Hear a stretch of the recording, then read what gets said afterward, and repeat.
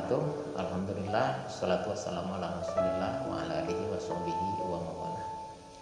Pemirsa dimanapun Anda berada, pada kesempatan kali ini saya akan membahas tentang macam-macam cair yang keluar dari kemaluan serta statusnya. Namun sebelumnya saya sampaikan mungkin pembahasan ini terkesan jorok ya. Namun ada hal yang lebih penting saya kira, yaitu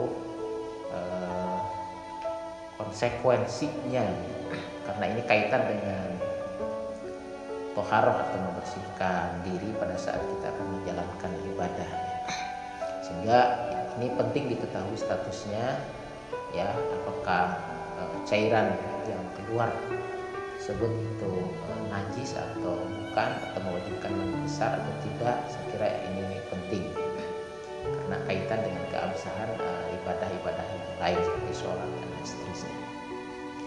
Seperti yang saya kutip dari kitab yang ada di hadapan saya ini, bahwa cairan yang keluar dari kemaluan kita itu ada 4 ya.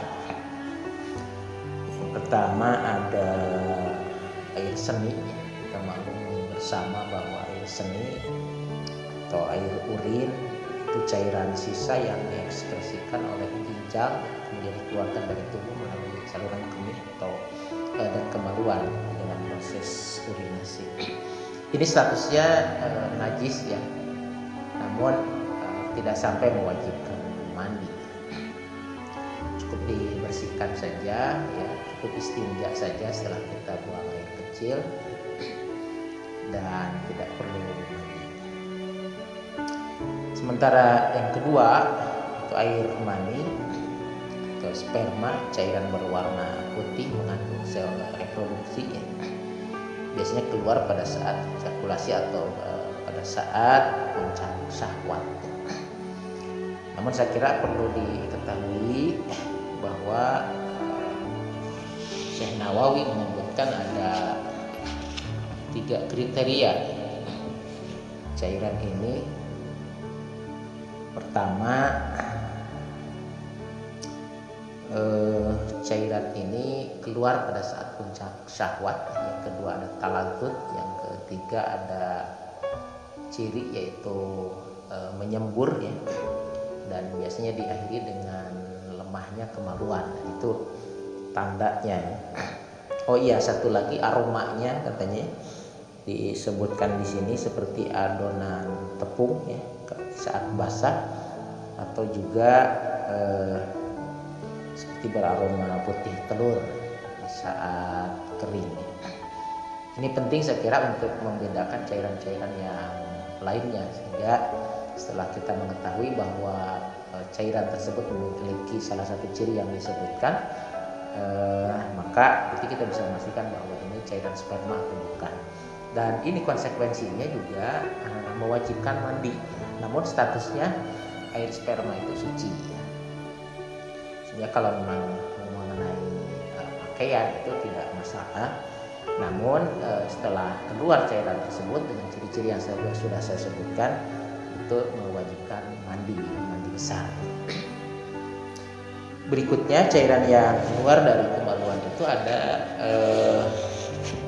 cairan madhi ya. Cairan putih bening lengket, kemudian licin, biasanya keluar menetes dan terjadi di saat ada dorongan syahwat atau rangsangan seksual. Statusnya hanya najis saja ya, statusnya, namun tidak sampai mewajibkan mandi. Yang keempat ada air wadi, yaitu cairan keruh keluar dari kemaluan, biasanya setelah keluarnya setelah air seni, atau biasanya kalau ada kita terlalu capek ya, cairan tersebut keluar biasanya. Dan ini statusnya najis ya, namun tidak sampai mewajibkan mandi. Nah, termasuk kalau di perempuan itu ada cairan keputihan, ini dikategorikan sebagai cairan wadi. Nah, di sini disebutkan di dalam Majmu' Syarah Al-Muhadzab,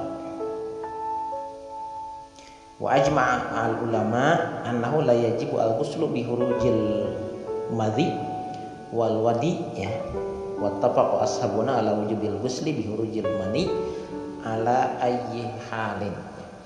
Saat kita keluar madhi atau wadi itu tidak sampai mewajibkan mandi, namun para ulama ashab kami, kata penulis kitab ini, keluarnya mani atau sperma mewajibkan mandi. Termasuk satu tadi yang tidak sampai mewajibkan mandi itu keluar air seni. Itu saya kira pembahasan tentang cairan-cairan yang keluar dari kemaluan serta konsekuensinya, serta statusnya tadi sudah saya sampaikan, serta ciri-cirinya dari masing-masing cairan-cairan yang keluar tadi. Demikian penjelasan tentang cairan yang keluar dari kemaluan. Maaf atas segala kekurangan. Mudah-mudahan bermanfaat. Wabillahi taufiq. Assalamualaikum.